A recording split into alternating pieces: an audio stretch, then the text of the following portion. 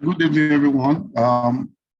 We are starting the class now, and we will be looking at this question in continuation of our discussion on consolidated statement of cash flows. And we'll be making use of this question to more or less demonstrate our understanding of all of our discussion in part one of this topic or discussion. Okay, and good evening. I want us to read the question once again, and from there we can proceed to solving the problem. Okay, I want someone to volunteer by a show of hands.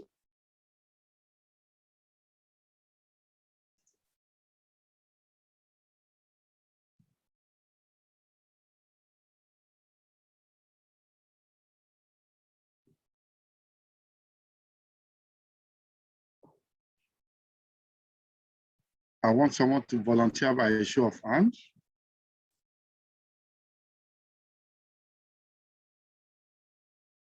Okay, over to you, Omotolani Dada.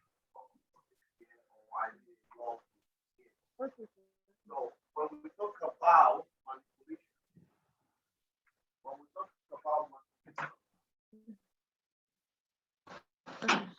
Hello, sir. Yes, you can sorry. continue. Okay, question 5, sir. Illustration 5. Faramade acquired 80% of the ordinary share capital of Uriel since incorporation long time ago, and also acquired 25% shareholdings in Eva with significant influence obtained immediately. On January 1st, 2018, Faramade acquired the entire share capital of NIA.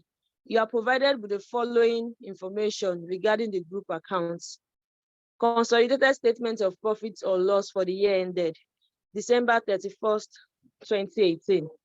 Consolidated statement of changes in equity, share capital, retained earnings, figures are all correct. Consolidated statement of financial position. I want you to call those items one by one, because it's important. Okay. I want you to list those Okay, items. sir. You don't need to call their figures. Just list those Okay, items. sir. Okay, sir. Okay. Consolidated statement of profits or loss for the year ended December 31st, 2018. Operating profits. Note 1, 3,961,300. Profit on disposal of property. Note 2, 500,000. Net interest expense. Note 3, in brackets 2,300. Share of associate profit after tax of 30,680 naira, 28,320. Profit before tax 4,487,320. Income tax expense, parents and subsidiaries, in brackets 2,216,480. Profit for the year 2,270,840. Profit attributable to owners of the parent equity 2,229,176. Non-controlling interest 1,664, all amounting to 2,270,840. Consolidated statements of changes in equity. We have share capital, retained earnings, and the total. At January 1st, 2018, share capital 3 million, retained earnings 6,206,850 naira. Total 9,206,850 naira. Profit for the year 2,229,176 naira. Dividends paid, in brackets 195,000. Issue of ordinary shares 1,200,000. As at December 31st, 2018, the total share capital was 4,200,000. Retained earnings 8,241,026 naira. all amounting to 12,441,026 naira. Consolidated statement of financial position. Non-current assets, property, note 2. 8,276,718 naira. The next year, 9,744,658 naira. Plant and machinery, note 4. 2,673,400. 3,955,400. Goodwill on consolidation, 66,500. 192,500. Investment in associates, note 5. 80,750 naira. 98,570 naira. Inventory, 2,065,000. 3,400,000. Accounts receivable, 854,200. Then 1,250,000. Cash, 21,100. 136,750. All amounting to 14,037,668 naira. Then the next one, 80,777,978 naira. Ordinary share capital, 1 naira per shares, 3 million. Then 4,200,000. Retained earnings, 6,206,850 naira. Then 8,241,026 naira. All amounting to 9,206,850 and 12,441,026 naira. Non-controlling interest, 620,000. All amounting to 9,826,850 naira and 13,083,490 naira.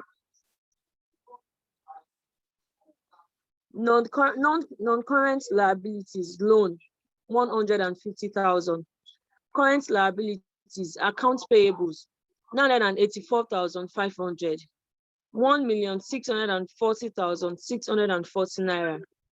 Tax liability, 3,226,318 naira. 3,903,848 naira. All amounting to 14,037,668 naira and 18,777,978 naira. Notes: operating profit is arrived at after charging depreciation amounting to 558,000. Profit on disposal of the property represents profit made on property sale with a net book value of 940,000. Included in net interest expense is interest income of 9,800 naira received. Also, the interest paid is after adjusting for an operating accrual of 600 naira and a closing accrual of 4,600 naira. Plant and machinery. Costs at January 1, 2018, 3,500,000. Accumulated depreciation, 826,000. Additions, NIA, 1,100,000. Accumulated depreciation, 240,000. Others, 980,000. Depreciation charge for the year. Accumulated depreciation, 558,000. All amounting to 3,955,400. Associates as at December 31. Costs, 2017, 72,000. 2018, 72,000. Accumulated profits, 8,750. 2018, 26,750. Sorry, sir. 26,570. Included within receivables are dividends receivable from associates, December 31st, 2018 is new. Acquisition of NIA. Consideration equity shares 1,200,000. Cash 600,000. Net assets acquired, plant and machinery 860,000. Inventory 836,500. Accounts receivables 449,300. Cash 532,400. Accounts payables in bracket 262,000. Tax payable 742,200. All amounting to 1,674,000. Goodwill 126,000.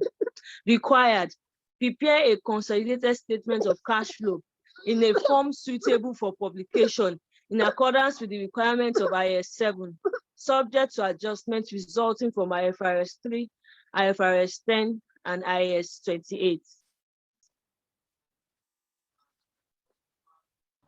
Thank you very much for Motolan Dada. You're welcome, sir.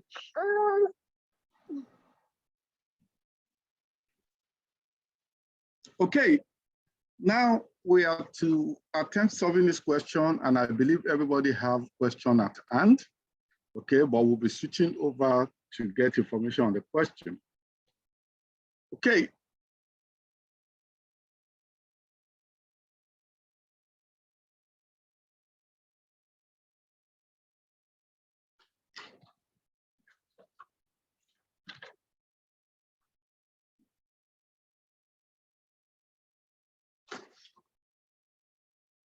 Faramade Group.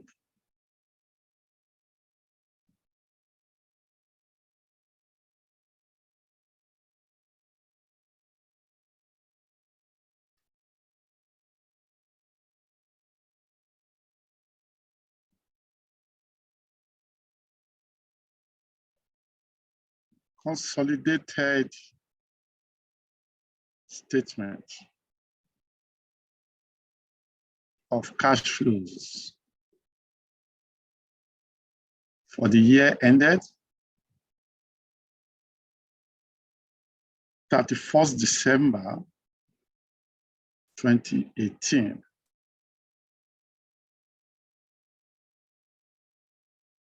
All figures to the nearest 1 naira.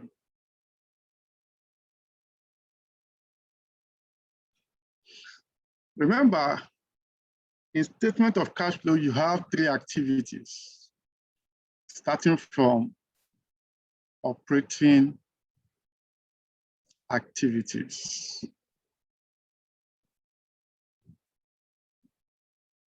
I will be making use of the indirect method.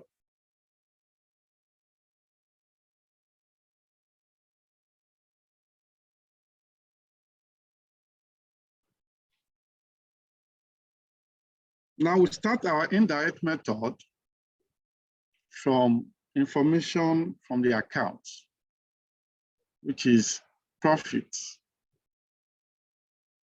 before taxes. And likewise, you can start from profit for the year. Okay, there's no standardization with respect to where you start from, whether as profit before tax or profits after tax, even though an amendment to the standard will likely bring about standardization. But if you start with profit before tax, there won't be an adjustment for tax before arriving at our cash flow from operations, where we'll now apply our tax paid. But if we start with profits for the year, which is profit after tax, you need to make an adjustment to add back those taxes in order to restate it to profit before tax as part of non-cash and non-operating item adjustments. Now, what is the value in our books? The value for the profit before tax was 4,487,320.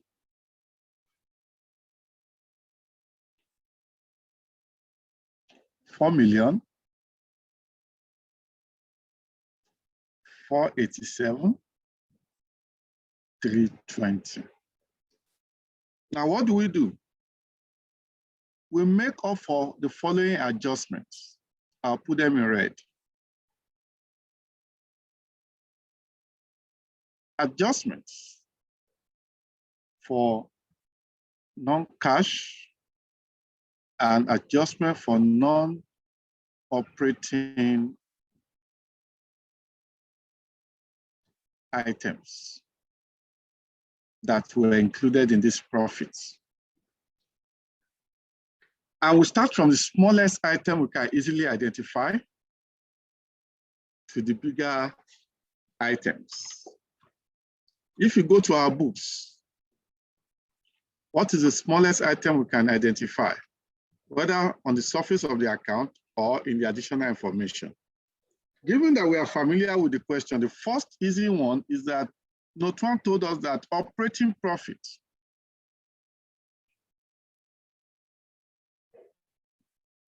is arrived at after charging depreciation of 558, which is also what you can see in our fixed asset schedule. And what do you do to depreciation when it comes to preparing the statement of cash flow? Your responsibility is to do what? Is to add back depreciation.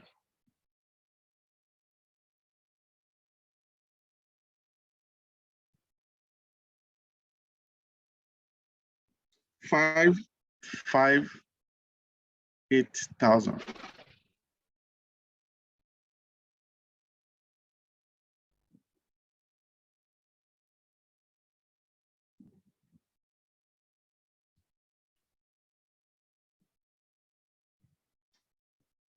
The next information that is easy to grab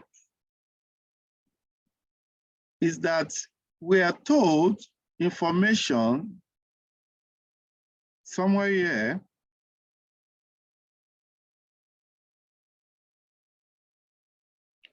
in the account.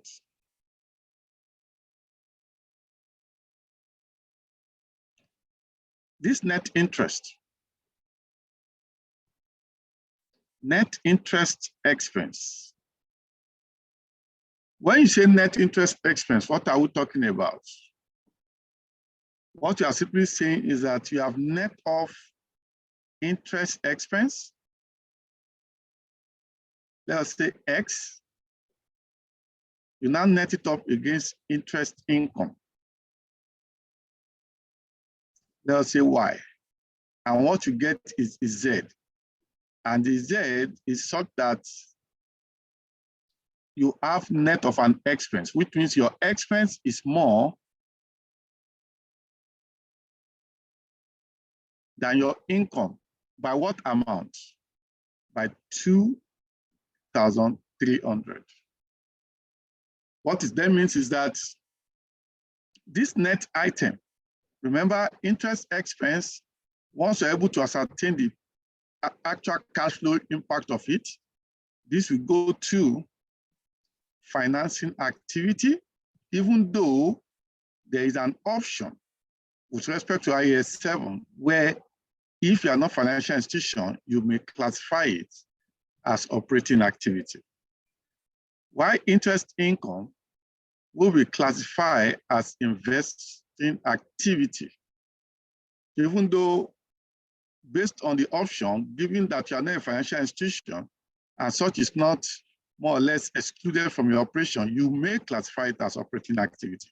But for this purpose, we will be classifying interest paid as financing activity and interest received as investing activity, which means net of it, which is 2,300, must be taken away from the profit because for this purpose, it does not constitute operating activities. Therefore, we come here, we say the net amount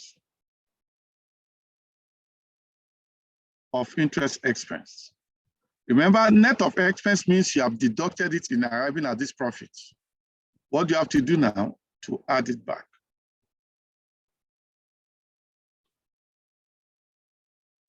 Now, I could pick up information here. There's an information here with respect to disposal of assets. I was told in note 2 that profit on disposal of property represents profit made on property sale with a net book value of 940,000. Let's go into our books. We were made known in this that there was a profit on disposal of property. And this profit was added in arriving at this amount of 4 million as our profit before tax. I remember for calculation purposes, rather than take into consideration the profit, what we take into consideration is the proceeds on disposal of assets. Therefore, what do? We come back here to adjust for the profits on disposal of property. As in such amount is added in arriving at this profit, what you do is to deduct.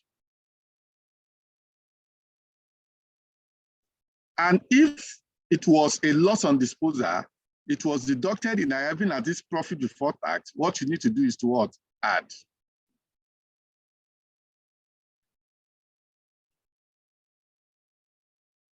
That is that. Now, there's also an information somewhere here about associates. In the process of consolidating this account, we accounted for our share of profits in associates.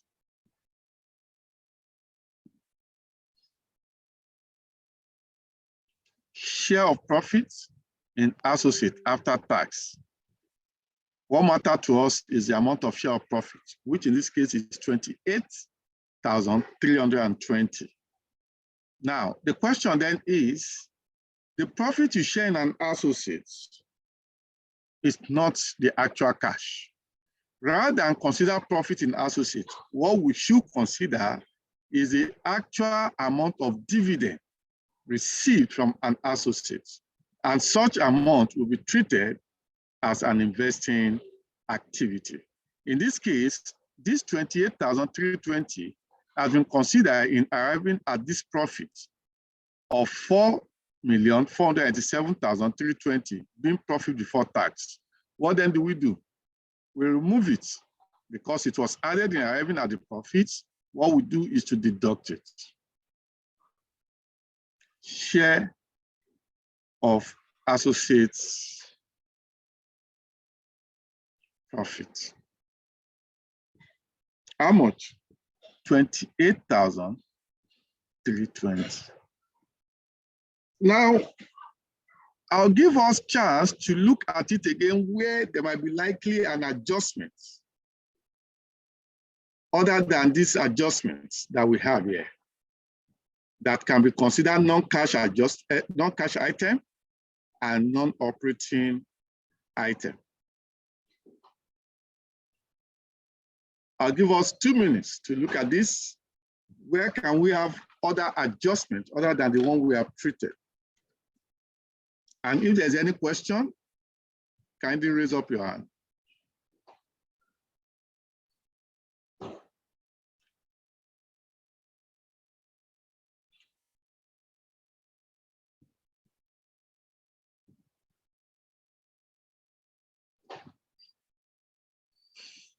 Any question?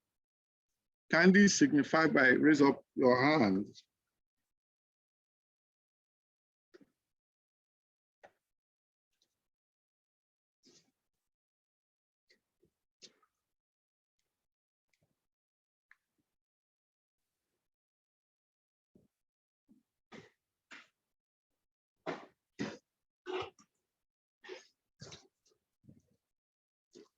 Okay, it seems there's no question. Okay, now let's start.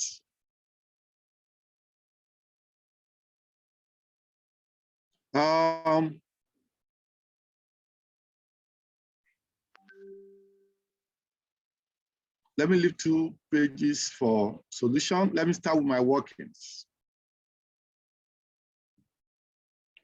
Working notes.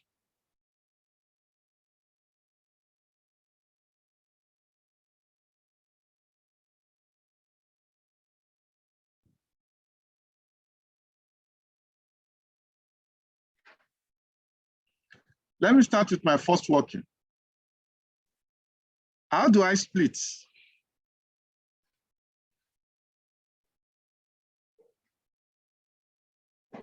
Splitting of net interest expense. To obtain net interest expense, it is interest expense less interest income. And we are told that if you deduct it, you have more of expense by the sum of 2,300. The question then is, what is interest expense and what is interest income, being X and Y? Okay, now let's go back to the question.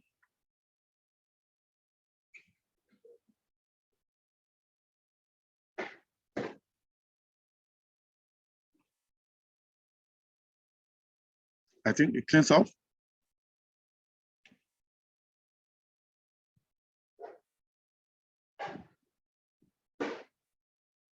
Working notes.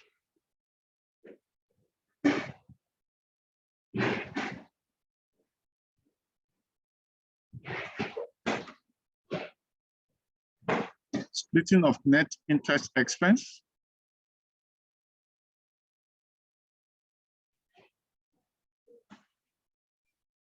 I would say splitting it up means separating the interest expense from what was initially deducted from it, which is what?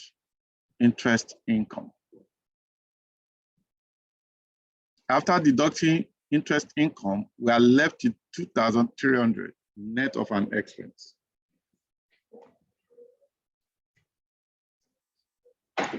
Now,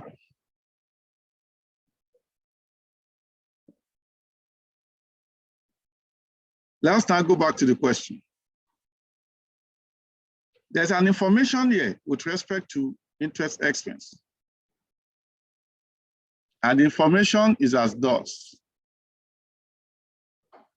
It says included in net interest expense is interest income of 9,800. Now, what does that mean? It means that when we come here, the amount deducted, which is interest income, was 9,800. The question then is, what is our X? How much are you going to deduct from X? You deducted 9,800 from X to arrive at 23. Therefore, what is X? X will now represent our balancing what? Figure.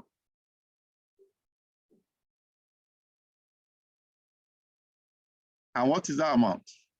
It's for you to add back 23 to 9,800.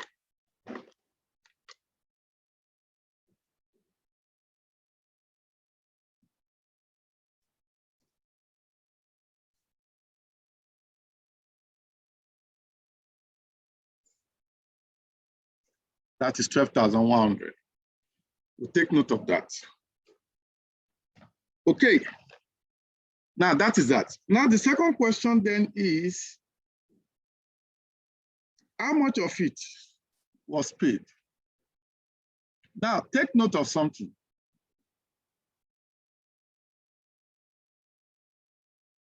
If you come back here,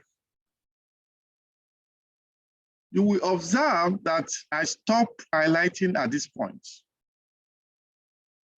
And there's a phrase here that says, Included in the net interest expense is interest income of 9,800, which was equally received, which means it's not an accrual, it is actually an amount of interest income which has now been received in cash in that year. We'll take note of it, that amount, this amount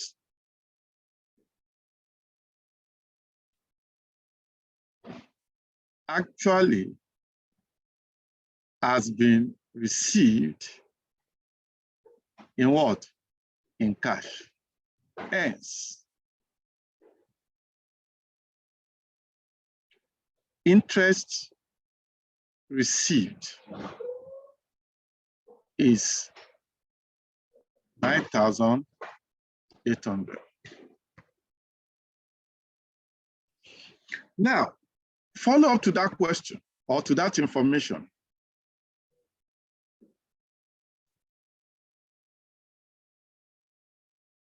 Is that also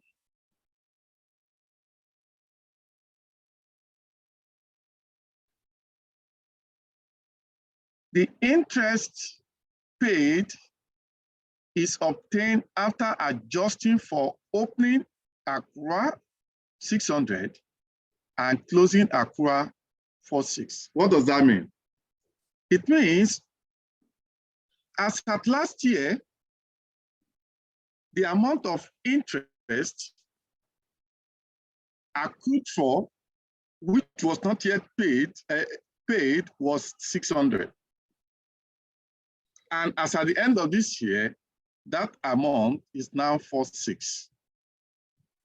Though all what we accrue for in the year for interest expense is 12,100. The question then is, how do we determine interest paid in the year? That will be our working tool.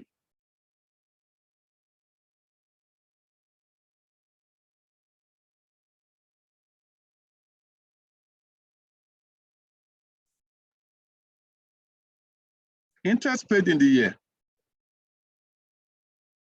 How do you determine that? You ask yourself, what is my balance brought forward? I brought forward 600 because I didn't pay it last year. What is my interest expense accrued for in the year?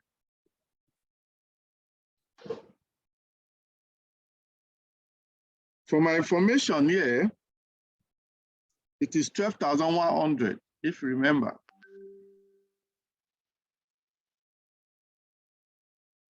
Which means what I owe as interest to be paid invariably is 12,700. But from the information, it shows that what is still outstanding as at the end of the year is 4,600. Who can tell me what does that signify? By show of hand, what does that signify? If what I am owing as interest is 12,700 all through the year, but as at the end of the year, what was reported that I am actually now owing is 46. What has happened? Who will answer the question?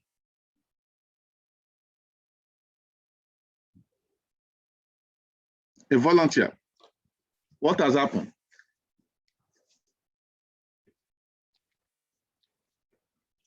What has happened? Show up by raise of hand. What has happened?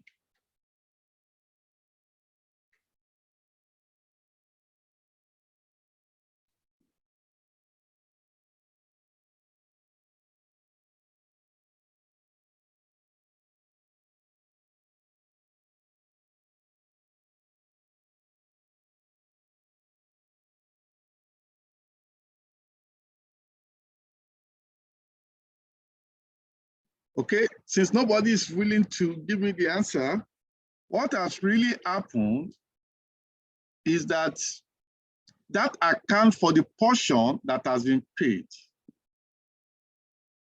interest was paid during the year.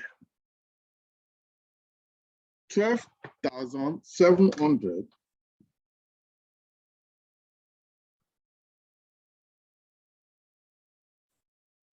minus 4,600. That's 8,100. And this will be treated according to information we stated here as a financing what? Activity.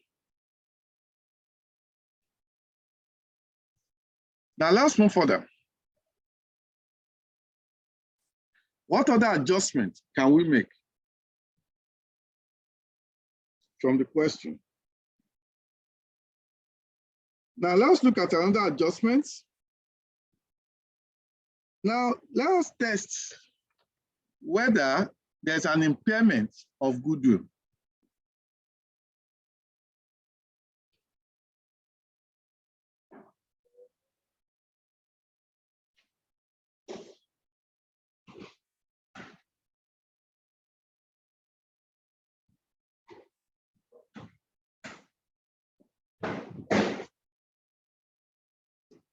How do we test for impairment of goodwill? Now look at the information.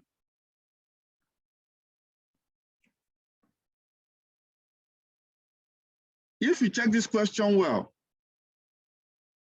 which year is this? And which year is this? I want an answer from someone. The examiner failed to put which year it belongs, and who can tell me which year it is? Which year is the first one? Which year is the second one? Because it's critical. Because once you mix it up, anything you have done is totally wrong. Who will answer that?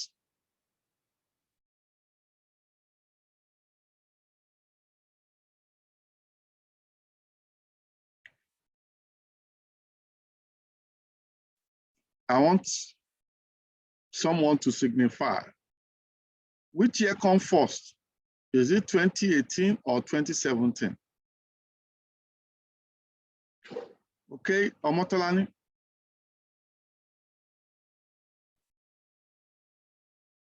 Which year comes first? I think 2017 comes first, sir. How? How do you think so? How do you arrive at that?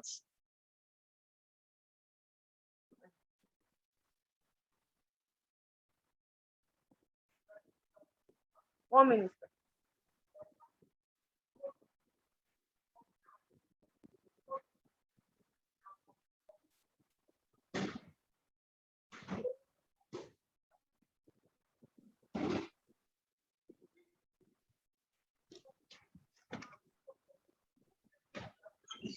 Your 1 minute has elapsed. Now let's look at the screen. There are many things that can make you know. One, the profit attributed to owners of equity was 222,9176.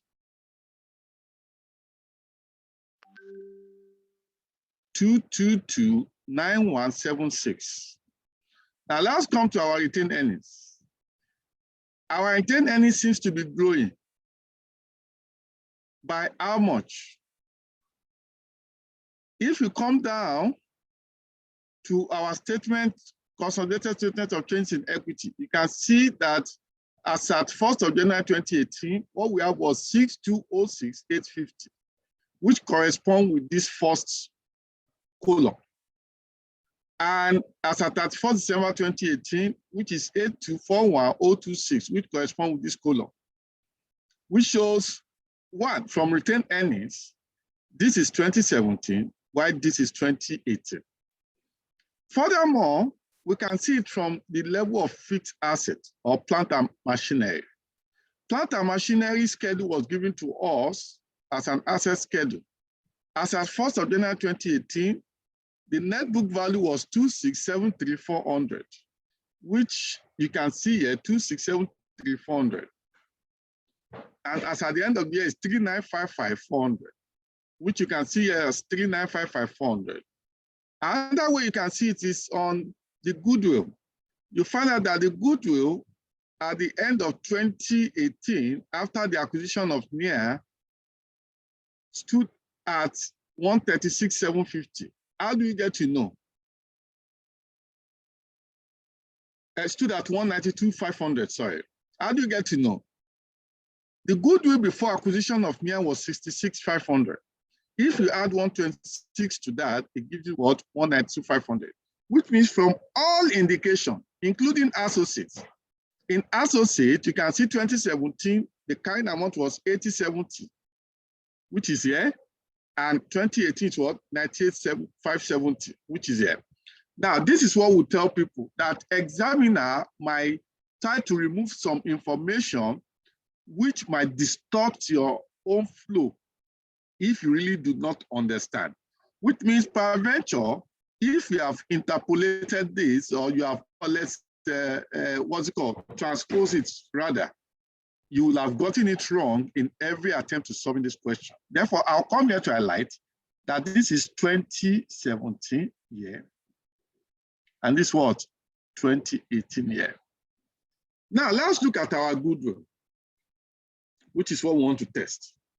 Whether there was an impairment there which will have been charged to operating profits. Now, what we need to do is that let us look at our balance brought forward.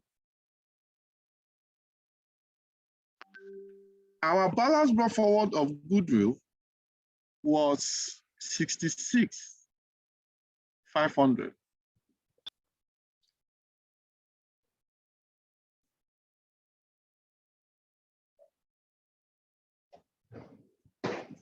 And there was addition to our goodwill at acquisition of a new subsidiary, which is NIA. When NIA was acquired, we found out that there was a goodwill, acquisition of NIA, note 6. There was a goodwill to the tune of what? 126. Therefore, if I compare it and say plus 126,000, this should give me 192,500. This is the expected amount I'm supposed to see in my balance sheet of goodwill as at the date of consolidation. Let me now compare it with the actual amount of goodwill as at that date. Any difference in it may have resulted from impairment loss of goodwill. Now, how much is it? 192 was the actual amount. 192,500, we pair together. 192,500. Is there any difference? The answer is what? No. Which means there was no impairment what? Loss. This is how examiner tests your understanding. If there was loss in the balance sheet, this would not have been 192,500. Maybe it would have been 190,000, which means if it's 190,000, impairment loss will have been 25. And that will have constituted part of our adjustment for non-cash item, which we'll add back. Because certain information may be embedded in this information here. Because goodwill will have been charged probably before arriving at operating profit of the group. Take note of that in case of future, which means there was no impairment loss. Let me just put it here. If there was impairment loss of goodwill, we would have added it back. Impairment loss on goodwill. The answer is what? Is 0. Working 3. Okay, it seems there is no other adjustment. If there is, we'll come back and adjust for that. Now, what is the total adjustment now? Positive 558,000, positive 2,300, negative 500,000, negative 28,320. That gives me net positive adjustment of sorry, of 31.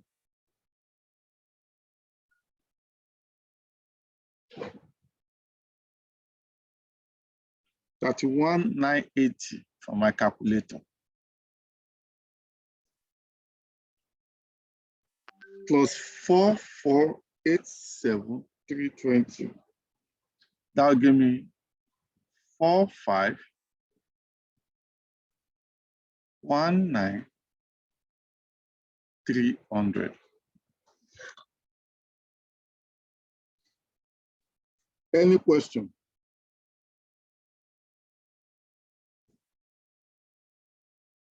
Any question?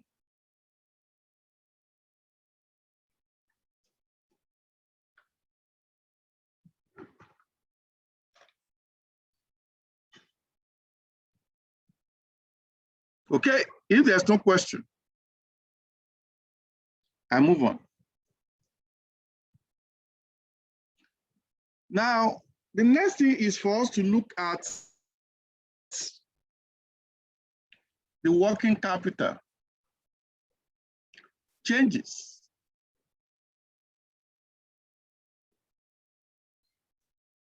In working capital.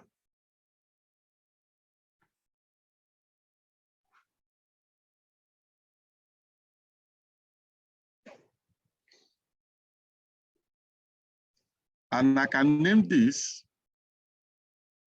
cash flows from operations before working capital changes. Now, what are the changes in working capital? Sorry. Cash flows from operations before working capital changes. Now, adding changes or movement in working capital.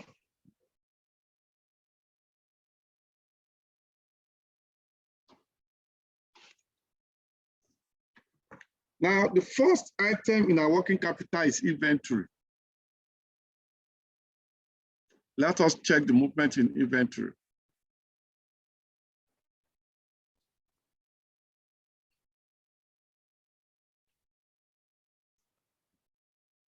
That's note 3.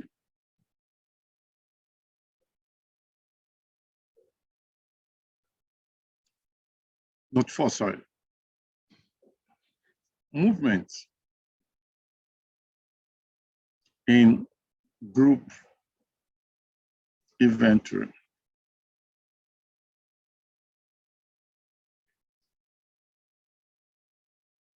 Now let's start. What was our balance brought forward?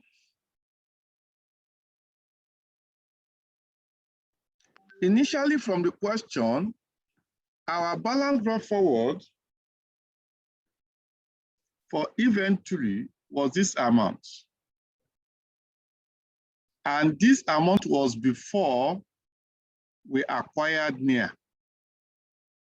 Whereas, as at the end of the year, this balance is after we acquired what? NIA. And who is NIA? NIA was a subsidiary acquired during the year, which was acquired in these dates. And it acquired it under what? %, because it said entire share capital. Now, in that case, what happens? The concept we discussed, if you can remember, in our last class, whenever there's acquisition, what do? We come, we have parent and subsidiaries at the beginning, but at the end of the year, we have parent, subsidiary 1, subsidiary 2, which means subsidiary 2 is coming newly. And what did we say? We said we should look for what is the fair value of the inventory of the new subsidiary, which must be adjusted for in the opening consolidated balance in order to actually track the movement in working capital. And therefore, we replicate that understanding here, which means what we have initially in the books was 206,500. We'll come here, we have 206,500 for the group prior to acquisition of NIA. What then do we do? Upon acquisition of NIA, we need to add the fair value of the inventory acquired as at the date of acquisition. I remember when NIA was acquired, the net asset, which was already measured at fair value for inventory, the value was 836,500. We'll add it to it. 836,500. And what does this represent? It represents the fair value of NIA's what? Inventory at the date of what? Acquisition. And what is the value? 206,500 plus 836,500.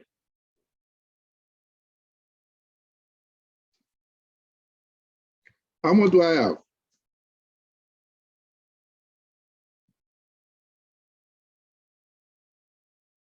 I have 29,01,500. I'll compare that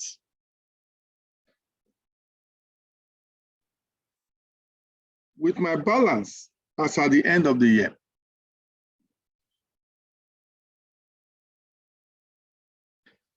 Balance carried forward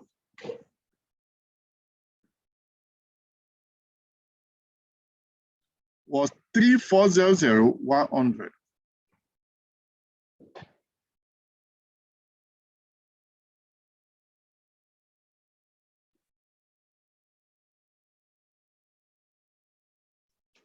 What is the actual movement?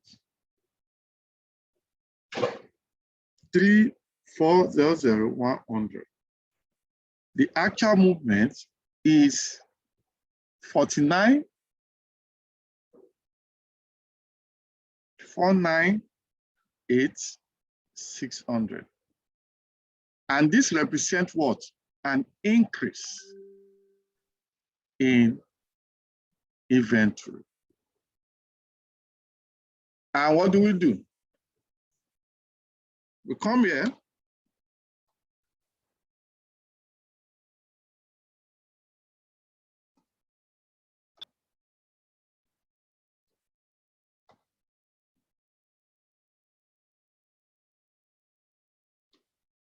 We come here to write increase.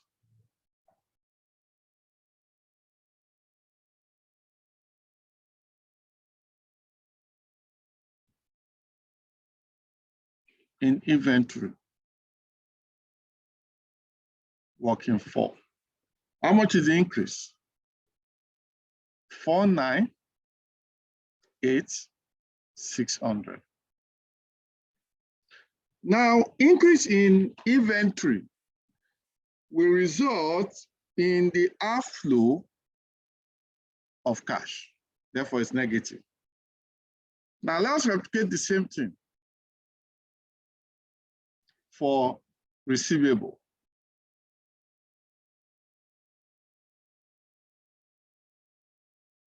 Movement, note 5. In group account receivable.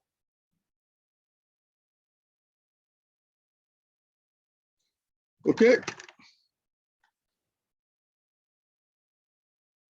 Balance.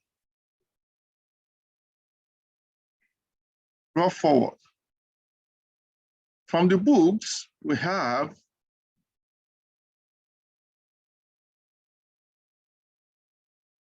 854,200.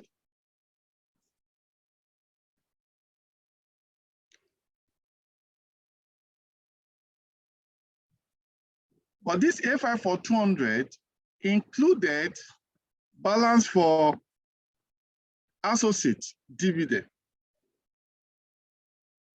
How do I know? There's an information somewhere here.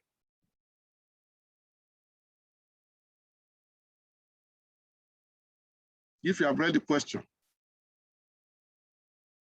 The information says included within receivables are dividend receivable from associates.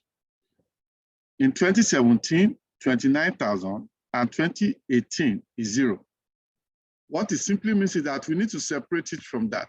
Therefore, I will separate by deducting that amount, 29,000 naira. This 29,000 naira, what is it for? Needed to separate for obtaining dividend received from associates. And we're going to see that. But again, having separated it, the problem is not solved yet. Remember, similarity happens. This 854 does not include NIA because NIA was acquired after 2017, which was in 2018. Therefore, the amount of account receivable was 449,300. And that's based on the principle we discussed with respect to acquisition. We also come back to adjust for it and add how much? 449,300.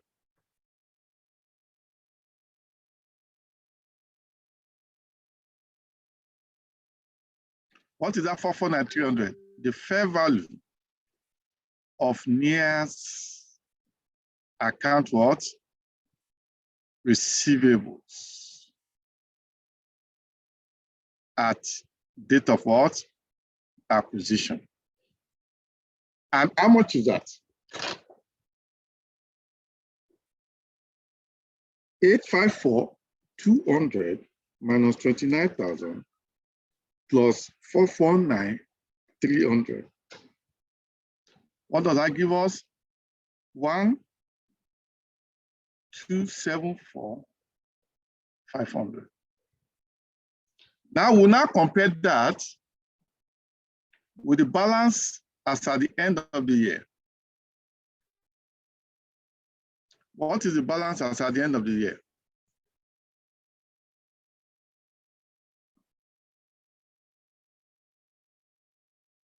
The balance as at the end of the year is 125,000.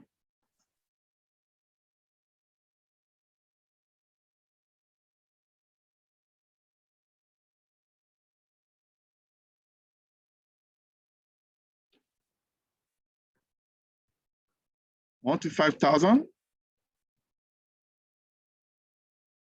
And what was the amount we need to deduct? Here we're told it was 0. I'll still put the value there. I'll put what? 0. Remember, in 2017 it was 29, in 2018 it was 0, which referred to this, both refers to this. Now, at the end of the day, we compare it with 125,000 because 0 has no effect. Therefore, what is the movement? The movement shows a decrease of 24,500. Decrease in account receivable. If it's a single cash flow, you just compare balances. But if it's group cash flow, especially when it has either acquisition during the year or disposal during the year, refer back to the principle we discussed, which necessitated this adjustment in red. Let us take note of that. Therefore, a decrease in account receivable means more collection of cash. Therefore, it will be positive. Decrease in account receivable. Working 5. 24,500 is positive. Any question? Now, I'm going to give you guys 2 minutes to determine the one for, which is the last item within working capital. That is the one for account payable. Now, this is information. I'll give you 2 minutes to determine what is the movement in account payable, by how much, and it's an increase or a decrease, and how should it be treated, either as an addition or a deduction in the operating activities within the consolidated statement of cash flows. 2 minutes, it starts now.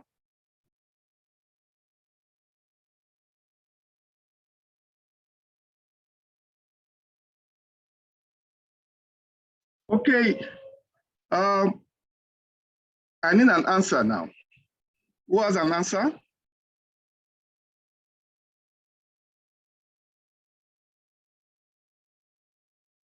Who has an answer?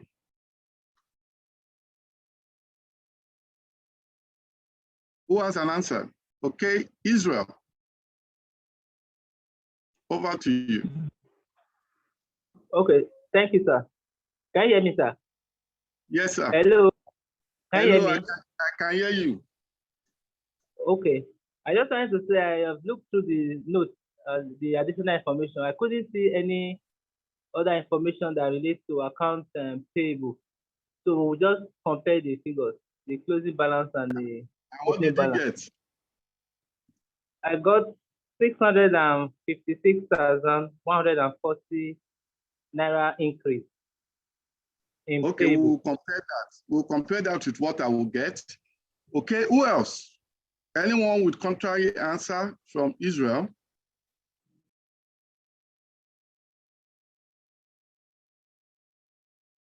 Anyone with contrary answer from Israel? Zoba, over to you. Okay, I had an increase in trade receivables, in trade payables of 394,640. 394,640. What was different in yours? What adjustment did you make? The 262,000 from the net asset acquired of Yeah, that means you adjusted for this 2,000. Okay. Yes. Now let's see what happens from my own perspective. Thank you very much, you guys. Yeah.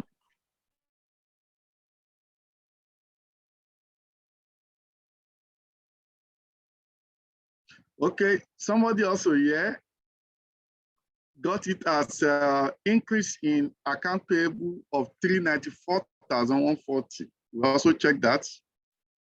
Okay, now let's see what happens here. Working note 6.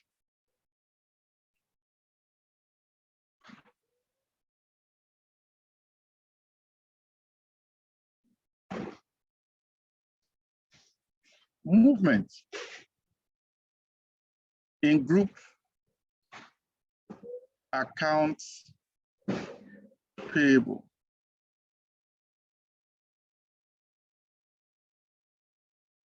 We also start with our opening balance. What's our opening balance?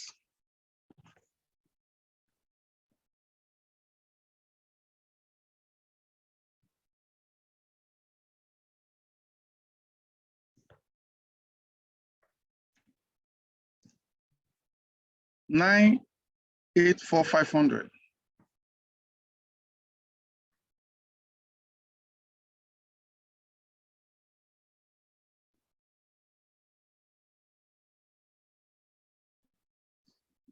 Now, remember this information here.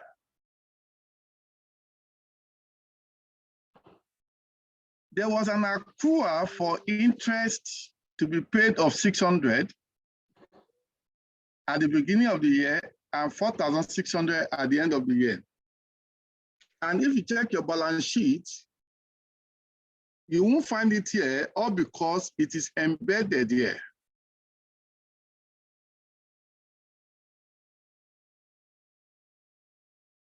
These two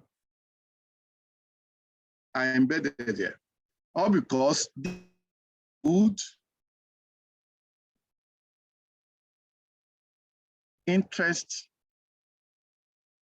accruals. Therefore, and we have made use of interest accrual as an adjustment here. As an adjustment here. Using it, not taking it out of this, similar to what we did here, will be tantamount to doing something that is wrong. Therefore, the way we took 29,000 and 0 out of here, we also take 600 and 46 out, which means I'll take away 600. And this 600 relates to amount already adjusted in working two to obtain interest paid. Therefore, I'll take it out.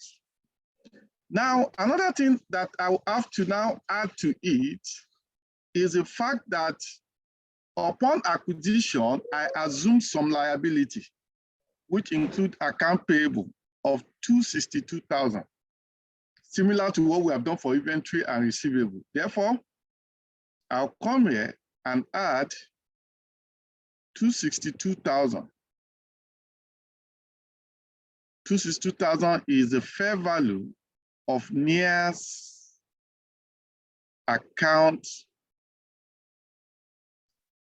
payable at the date of what? Acquisition. Therefore, what do I have?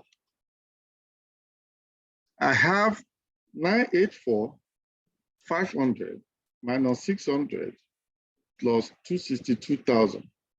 That will give me 1, 2. Let me write it well.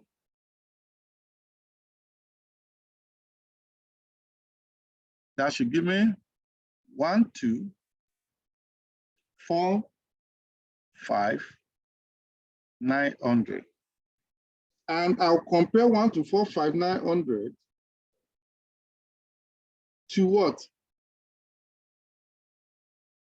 To my balance at the end of the year.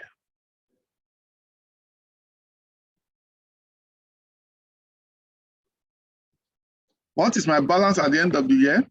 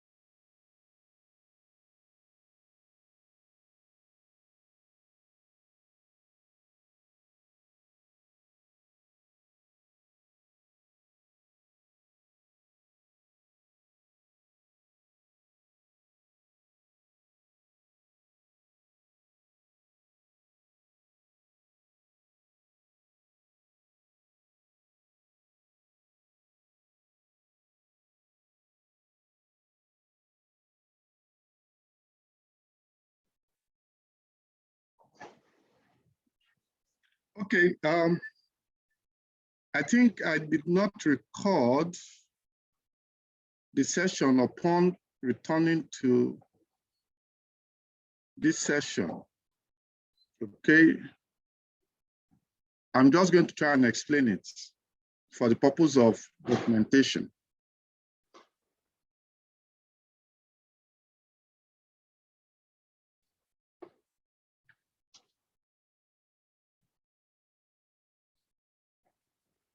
Now, what we did here was note 6 and note 7.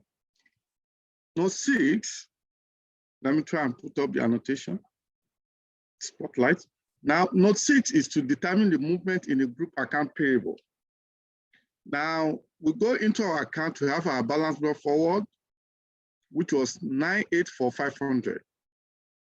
In it is 600 that was used with respect to interest payable or interest accrual, which has been used in working note 2. Yeah. And we can't use it again because it will be double counting. And that's why we are separating it from other payable. The amount left represents other payable other than interest payable. And this did not include 262,000, which was that arose from acquisition of NEA.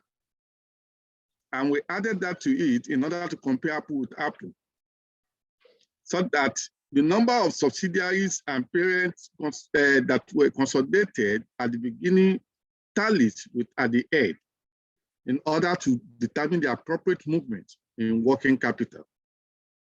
And that's what these expressions depicts.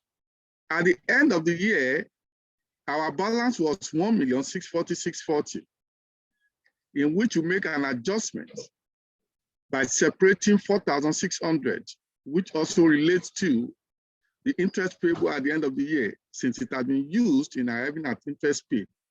We can't also use it again in adjusting for, in determining movement in account payable. Therefore, we have to separate it by removing it.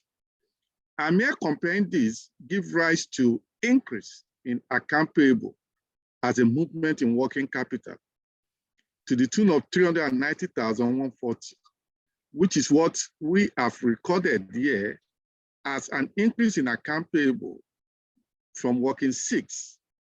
And the sum of these three adjustments related to changes in working capital is what gives rise to negative 83,960.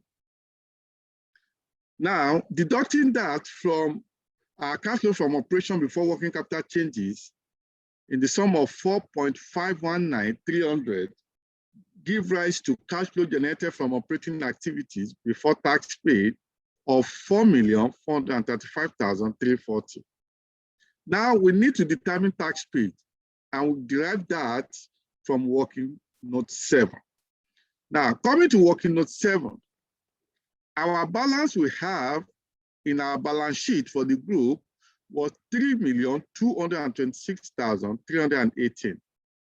Now, and this amount does not include that of the subsidiary, which was NEA, that was acquired during the year.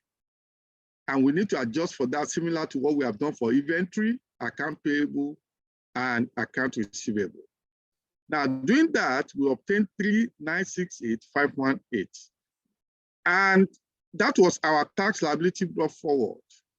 And we need to adjust that by increasing our indebtedness based on the amount of tax charged for the year, which stood at 2,216,480.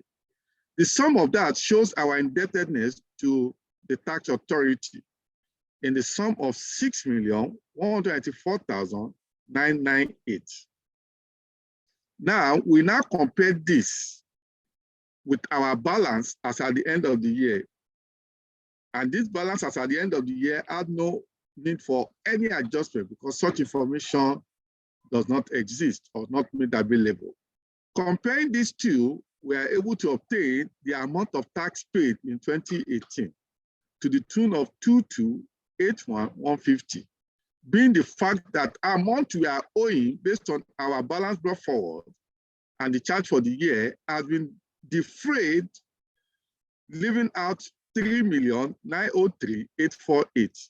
And the amount that has been defrayed represents the amount that was paid as taxes in 2018, which invariably we deducted in arriving at our net cash generated from operating activities. Now we'll now move to investing activities.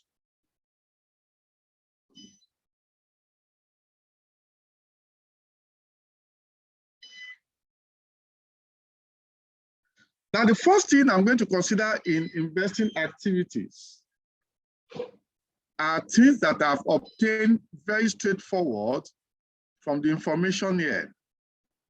One of it is that we're told about interest expense and etc. And we were able to obtain something in notes 2 here.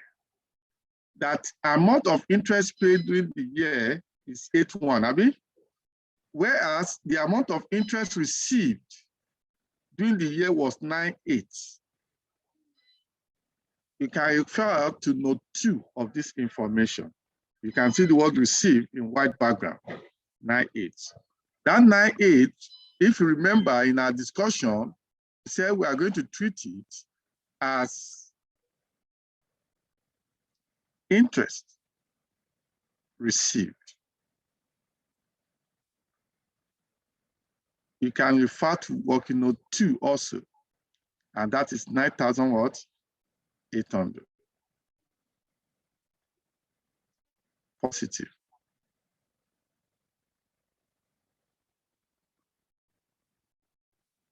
Now, what other adjustment do we have that affects that?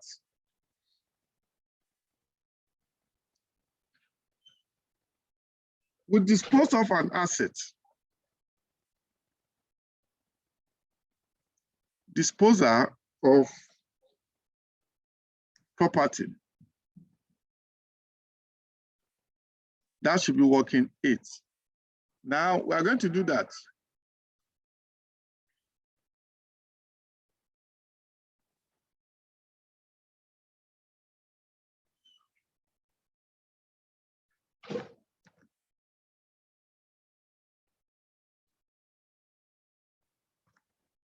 Now, if you go back to our notes, if you come back to this note, note 2, profit on disposal of assets was made after we've deducted our net book value from the proceeds. And this is the net book value. Therefore, my note 8 is to say,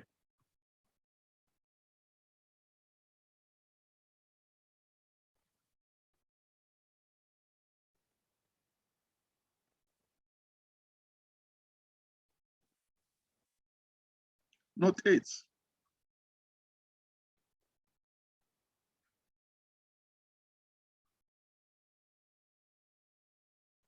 Proceeds on disposal of property.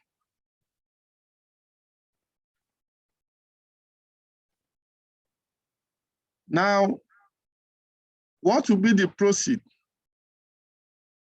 We don't know what it is because it will be the balancing figure. And you're going to see that now. Proceed less your net book value. At the point of disposal, will give you your profit or loss. In this case, we are told we made profit.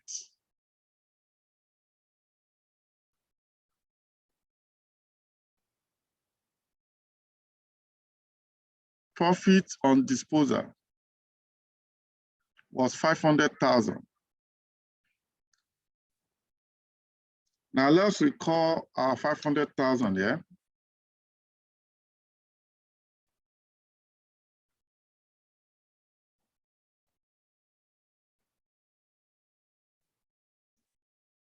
Remember this 500,000? That was the profit. And the net book value was 940. Therefore, how much did you sell the asset for? given that the carrying amount of the asset was 940, for you to have made a profit of 500,000, it means if you walk back, this should be about 1,440,000. It's for you to add back. Now, that is note 8, 1,440. And that is inflow of cash.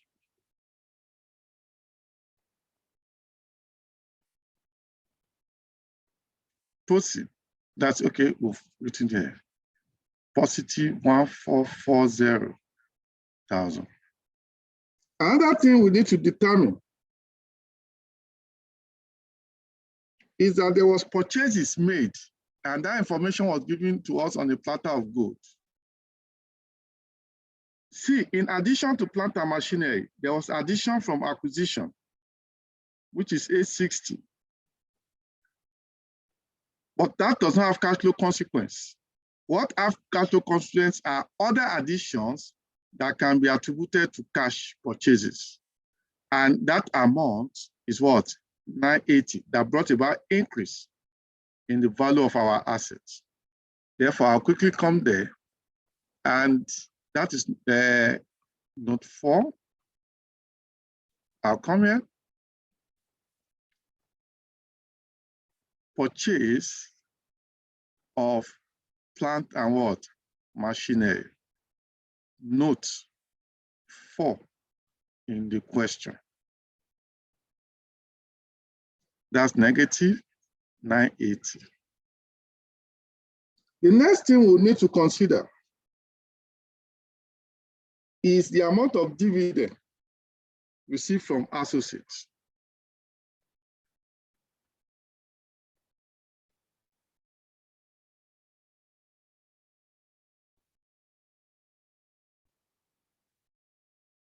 Working 9. Dividend received from associates.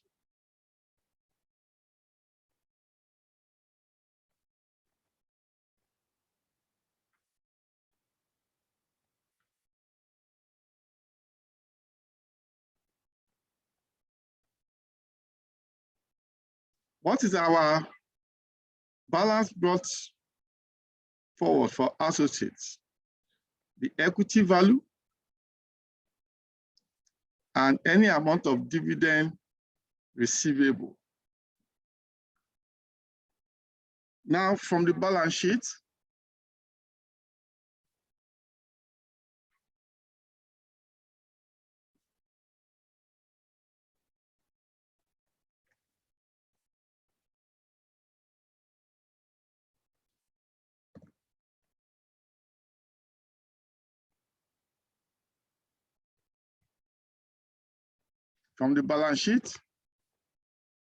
what do we have? Our associate value was 8750. Okay. And our dividend amount, which we separated the other time, was 29,000. Remember this 29,000?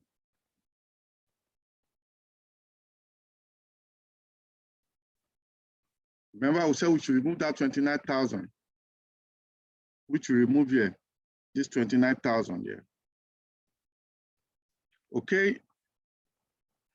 That means that is 29,000, which we separated, plus our equity value. Our equity value in balance sheet is 8750. That gives me combined opening balance of, that's 8750 plus 29,000. That gives me 109,750. And that will increase by share of profits or decrease by share of loss after tax from associates. And in our account, we are given this information that what we share was 28,320, which was share of profits. 28,320. If you add it together, it should give you 138, 070, which you will compare with our balance carry forward, both equity value and the dividend receivable.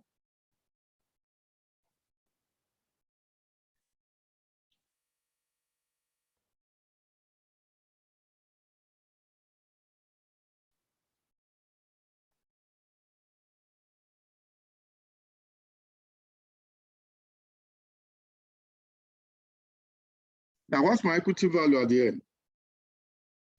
My equity value at the end is 98,570. And my dividend at the end was nil, is 0. Can you see it here? Therefore,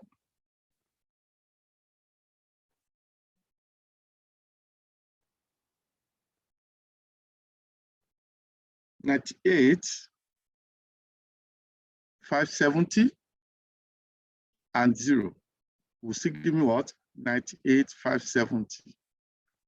Now the movement in it represents, if dividend has not been paid, my total value should be 138,070, not 98,570, which means I have received dividend to the tune of 138,070 minus 98,570. That is 39,500. And that is an inflow of cash. Working now.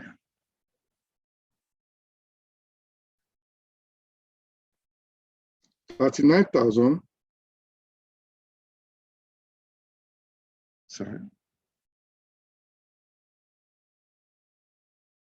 39,500 is positive. Next, there was purchases of property. Purchase of property. Now, how do I know there's purchase of property? Let's go back to our question. We have property of 8276718. Okay. And at the end of the day, it is now 9744658. Now, let us carry out an adjustment. That should be note 10.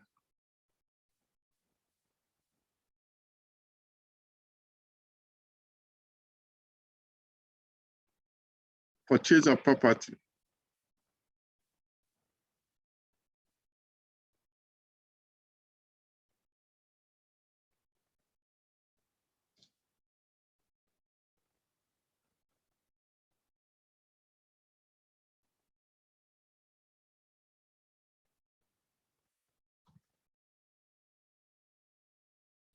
Now, in information given to us,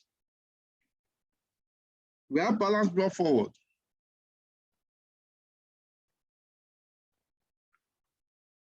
And the balance brought forward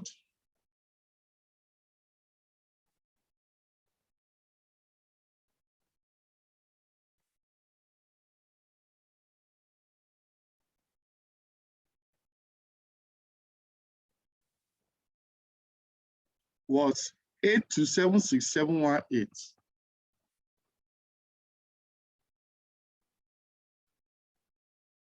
Eight two 76718. And we need to know that as part of what we acquired in here, similar to inventory, account payable, account receivable, should be property. But unfortunately, we have no property here. Okay, therefore, no adjustments.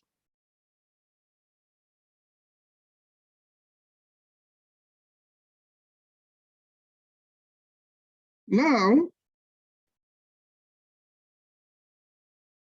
we are aware that there is depreciation. If we deduct depreciation for the year, which we are not given information about it, or seems to be zero. Why? Because this property is a landed property. And we are told that there was disposal of property. If you refer back to working note 9, and the kind amount of it was 940.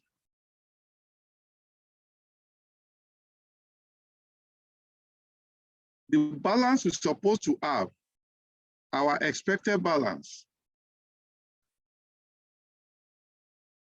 carrying what? Amount. As at the date of consolidation should be 8276,718 minus 0 minus 940,000. That should give me 7336718, which I'm to compare with the actual carrying amount as at the date of consolidation. And the actual carrying amount as at the date of consolidation is 9744658. 9744698.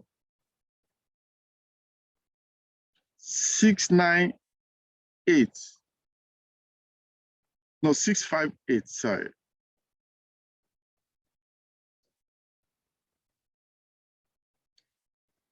Seems to be higher than what we have. And it's only higher because there was an addition or purchase to our property.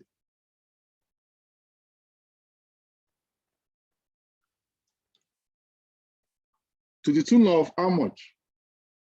The difference between 9744658 and 7336718 gave us the sum of 204,07,940, which is going to represent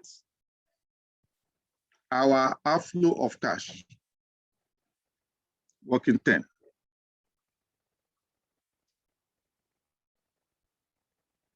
$2,407,940.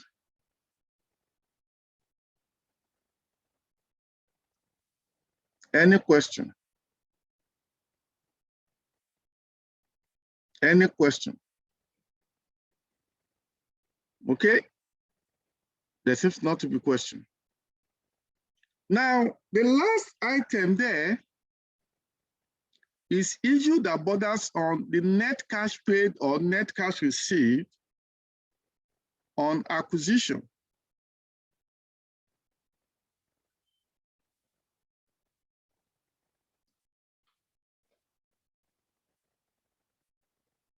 On acquisition of the new subsidiary, which is near. That will be working 11. Now, what is working 11?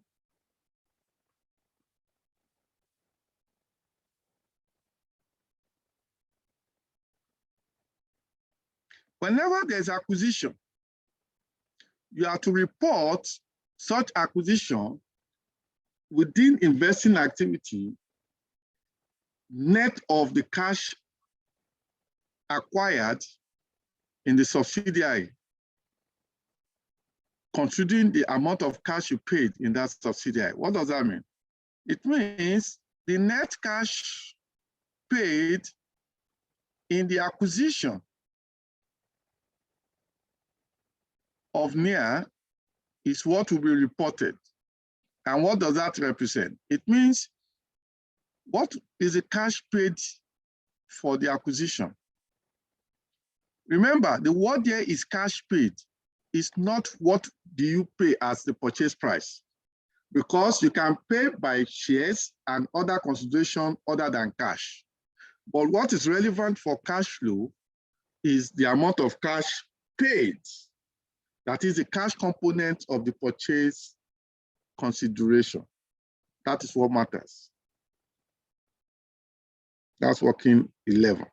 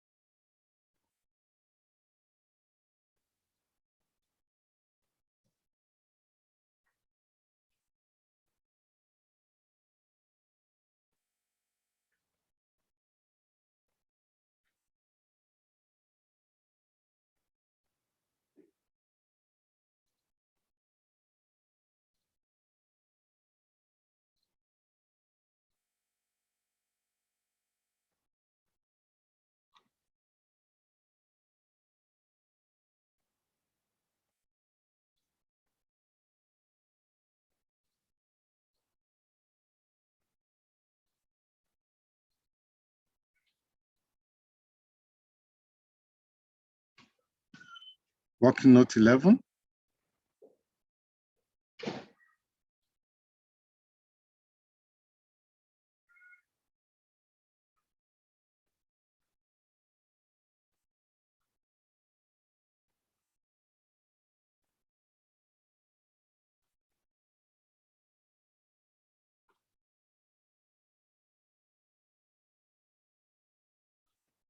Net cash paid on acquisition of NIA. We said, what is the cash paid for acquisition?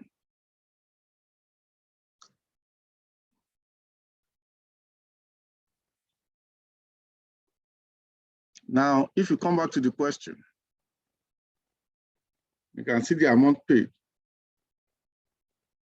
See, the total consideration was 1.8 million, but of which the cash component of it is 600,000. That is what is relevant to us. 600,000. Less the amount of cash acquired in NIA at the date of acquisition. Remember, you pay 600,000 plus shares of 1.2 million to acquire NIA.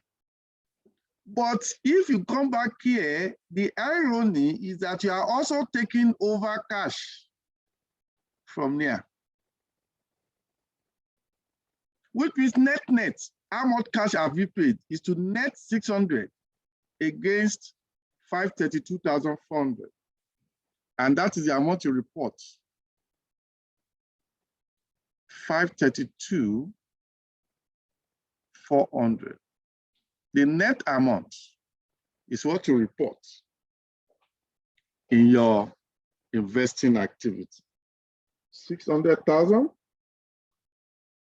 minus 532,400. That means net cash investment in NIA is what? 67,600. That is note 11.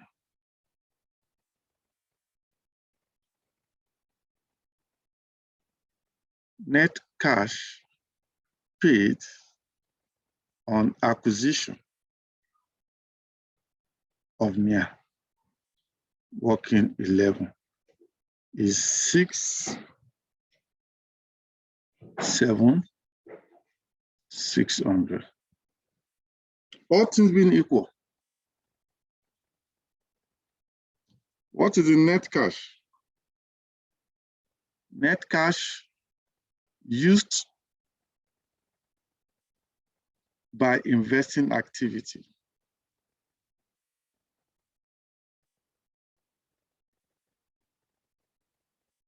is 9,800 plus 144,000 minus 980,000 plus 39,500 minus 2407, 940 minus 67,600. That should give me negative, that's why it is used up, 1,966,240.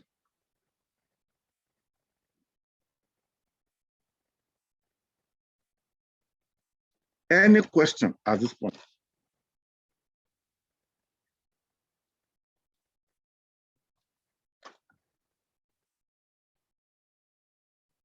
Any question at this point?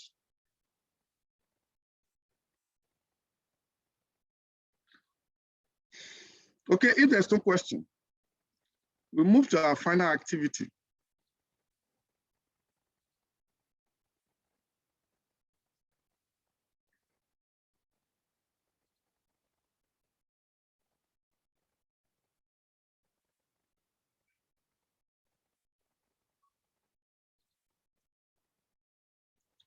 My final activity is financing activities.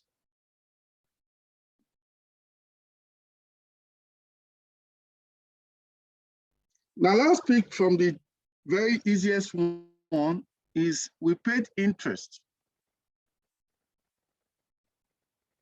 Working note 2, which we have derived before.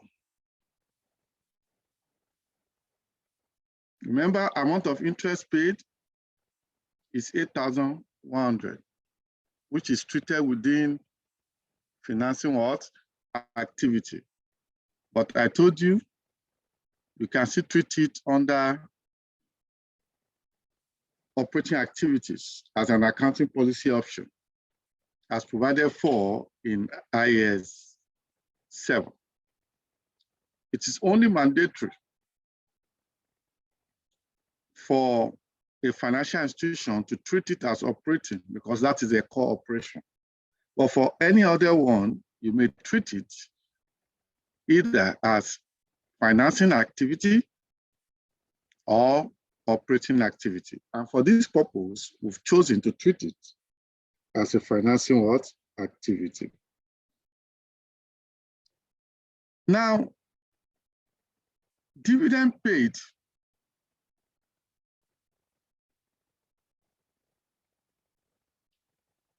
to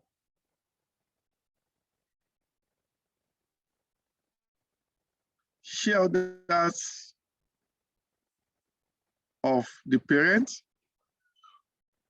and the one paid to what? NCI. Now let's go to the one for shareholders of parent. It is given to us in our statement of changes in equity. And you can see that here. 195,000. I come here, see statement of changes in what? Equity, 195,000.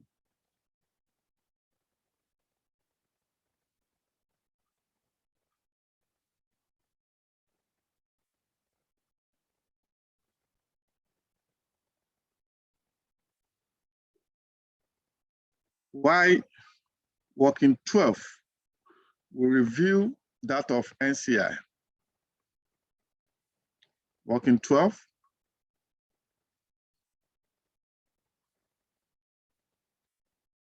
Dividend paid to NCI.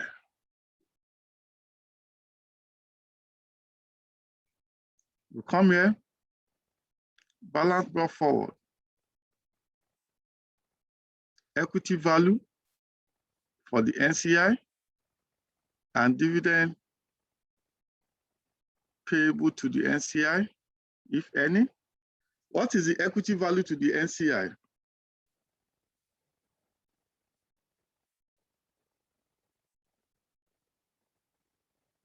The equity value to the NCI from the question is 620 at the beginning.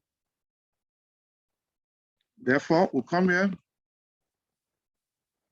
which is note 12,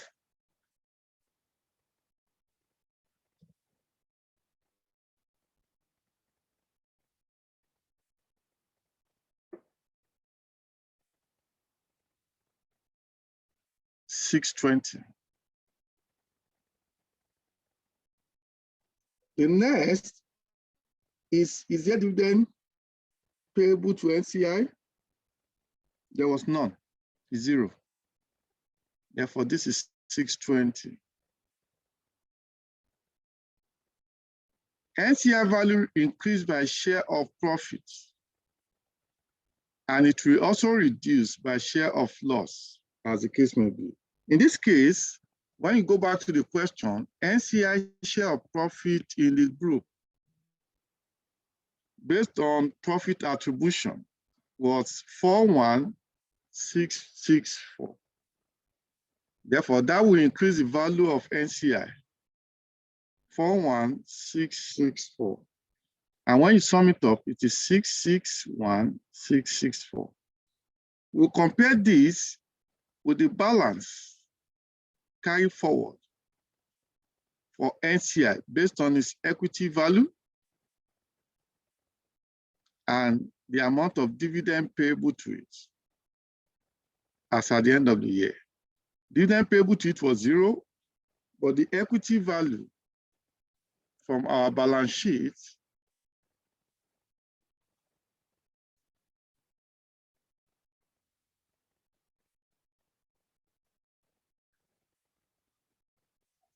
is 642,464.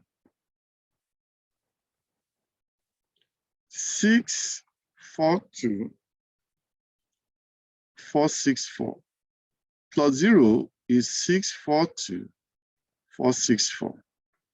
What is the movement there? If not for that dividend was paid, the balance will have been equal. But the balance is a reduced amount because that represents the amount of dividend paid to non-controlling what? Interest. And that sum up to 19,200. I'll come up here and say this is 19,200, which is outflow. Okay, another thing is there was borrowing. Increase in borrowing. How do I know? We'll go back to the balance sheet. There was a borrowing from the group perspective. There was no borrowing as at 2017, but that surfaced in 2018, which means in 2018 we borrowed money. And when you borrow money, cash flows into the organization. Therefore, the movement between is 0 and 150. You give us negative cash flow of what?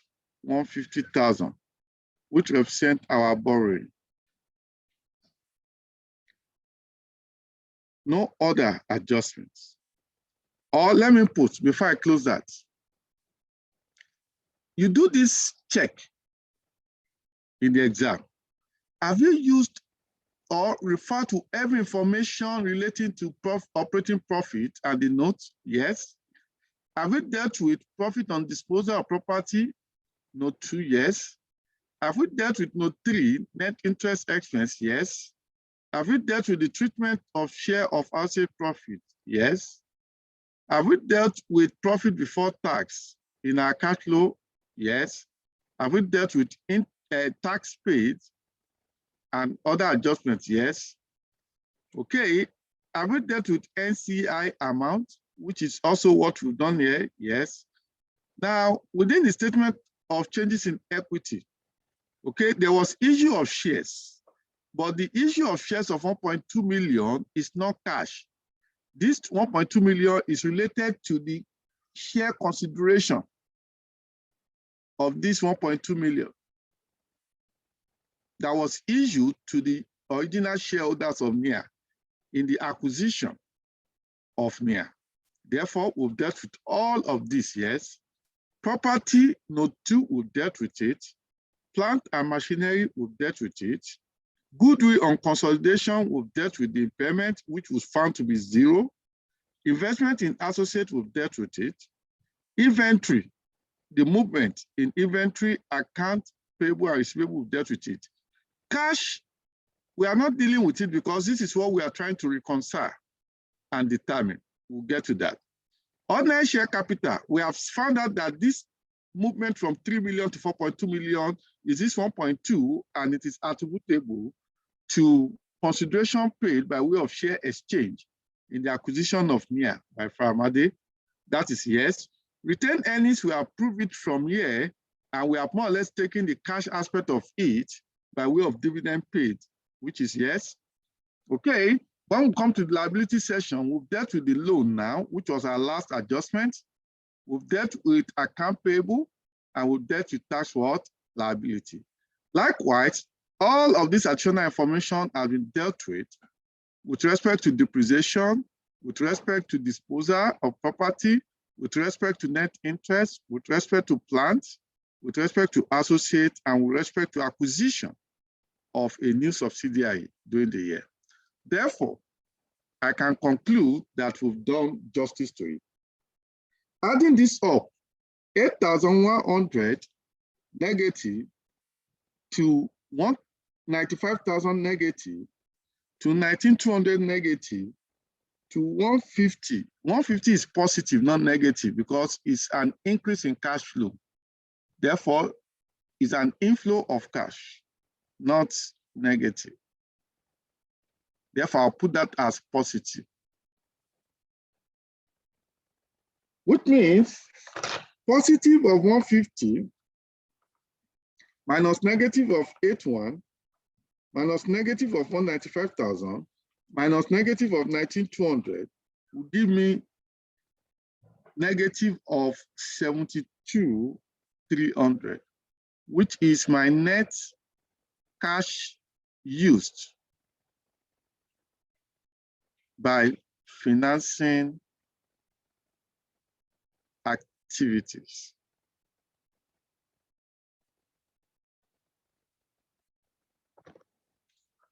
Any question at this point?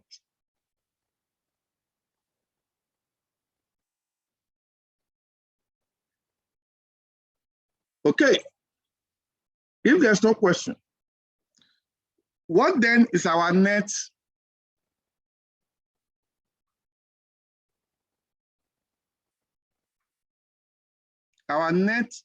increase or decrease in cash?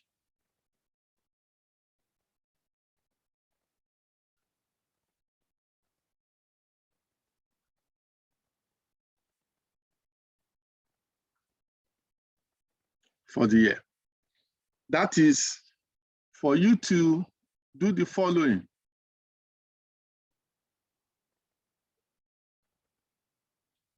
I'll say this is A, this is B, and this is what? C.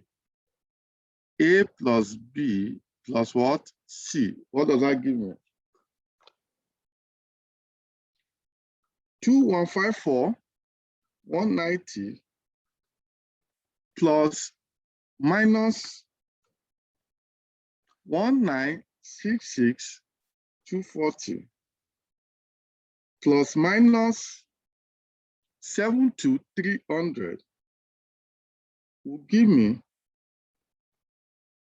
net increase of 115,650. I'll now compare that with my cash and cash what? Equivalent as at the beginning of the year.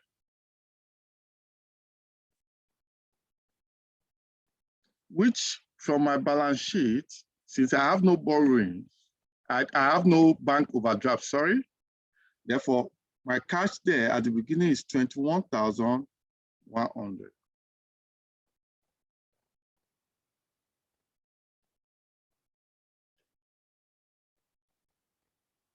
Let me use green for this.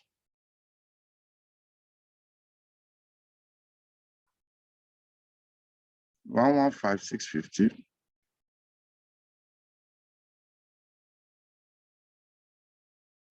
When I add it to 21,100, it gives me 136,750, which is my cash and cash what? Equivalent as at 31st December 2018. Now let us check. This should be represented by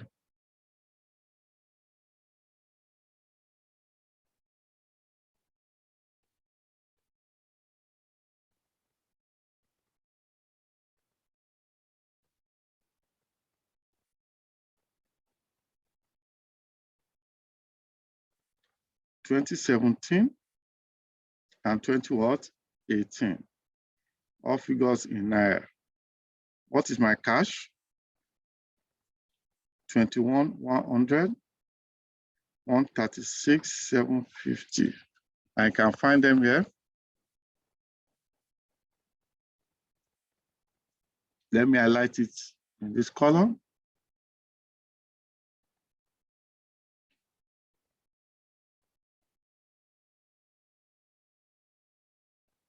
And 136,750.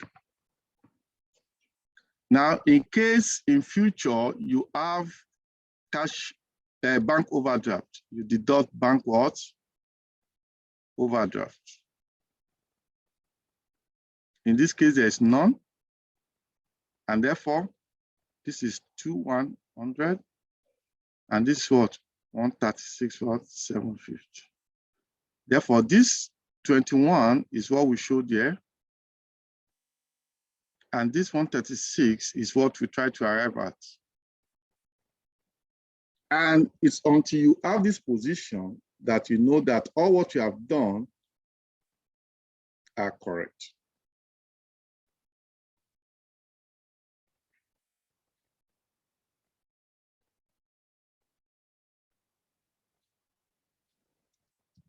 And that brings us to the end of the session.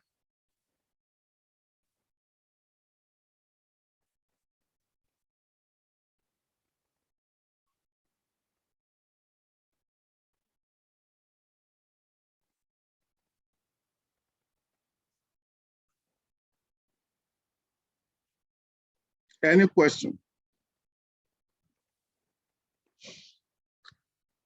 Okay, Joy, over to you.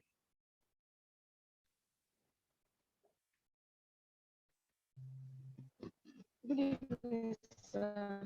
Good evening, ma'am. So, please, how do you know the opening and closing balance since the dates are not written on it? I think you were not in the section when we put that. Okay. If you check what we have here, you see that we put 2017, 2018. And we use the following factors to determine that. One, we use our plans to determine that. And that was done using note 4 here, our fixed asset schedule here. We use associate to determine that, which you find in note 5, if you carefully look at it. We also use determine that, if you carefully look at note 6. We also use retained earnings to determine that, if you carefully look at consolidated statement of changes in what? Equity. And we also use share capital, which is also within the consolidated statement of changes in what? Equity. And that is a trick, or one of the tricks that the examiner has adopted in this case, which means if you, as a professional student at this level, might not identify other means to get information without getting it directly. Therefore, the examiner will believe that you still need to have better understanding, because at some level, not every time information will be given to you on the platter of gold.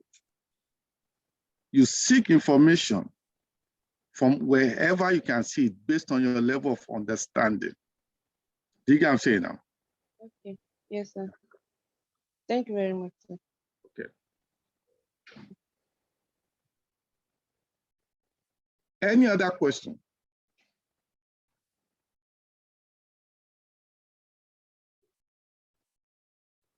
Who else?